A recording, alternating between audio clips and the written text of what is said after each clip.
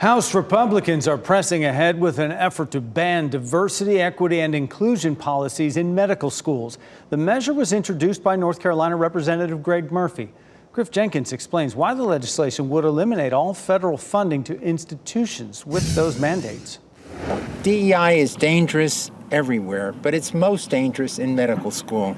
A warning from doctors and lawmakers on Capitol Hill who argue medical students are learning diversity, equity, and inclusion politics, or DEI, at the expense of life-saving care. Precious classroom and clinical time is now devoted to such issues as climate change, homelessness, policing, and other social issues. The ideologues behind this trend don't want a doctor, they want lobbyists in white coats. Dr. Stanley Goldfarb, a former associate dean at UPenn's medical school and chairman of the Do No Harm group, supports a new bill unveiled today by a group of House Republicans.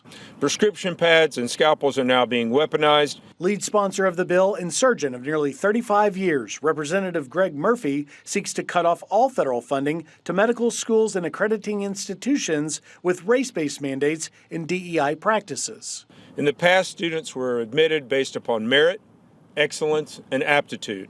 Sadly enough, those days are changing. When it comes down to patient care, DEI can even lead to harmful, if not deadly, consequences. A recent survey by the Association of American Medical Colleges found 96% of 101 U.S. and Canadian medical schools are integrating DEI as a key learning outcome and incorporating it in their admissions process.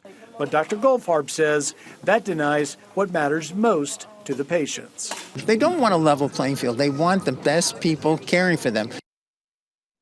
That's Griff Jenkins reporting. And as for where the bill may or may not be headed, it's unclear at this point if it can get the bipartisan support in the House needed or a co-sponsor in the Senate.